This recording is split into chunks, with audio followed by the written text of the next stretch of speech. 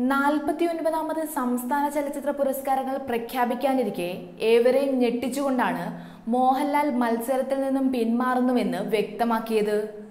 ഒടിയൻ, കായംകുളം കൊച്ചുണ്ണി എന്നീ ചിത്രങ്ങളിലെ അഭിനയത്തിനാണ് അവസാന റൗണ്ട് വരെ മോഹൻലാലിനെ പരിഗണിച്ചത്.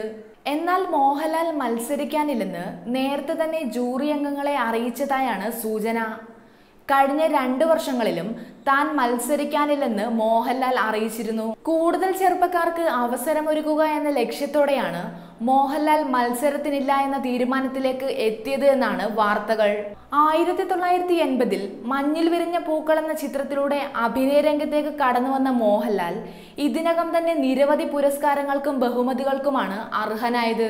9 തവണ മികച്ച നടനുള്ള കേരള സംസ്ഥാന ചലച്ചിത്ര അവാർഡും 5 ദേശീയ അവാർഡുകളും അദ്ദേഹം സ്വന്തമാക്കിയിട്ടുണ്ട്.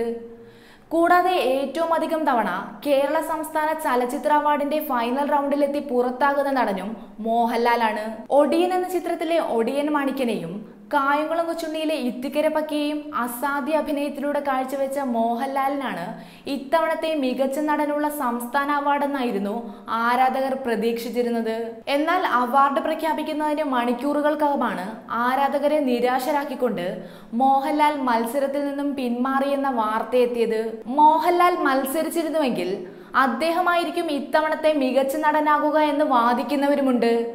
ഏതായാലും മോഹൻലാൽ മത്സരിച്ചാലും ഇല്ലെങ്കിലും മോഹൻലാൽ ഇന്ത്യ കണ്ട ഏറ്റവും മികച്ച നടനാണെന്ന് അദ്ദേഹം തന്റെ അഭിനയത്തിലൂടെ പലതവണ തെളിയിച്ചതാണ്.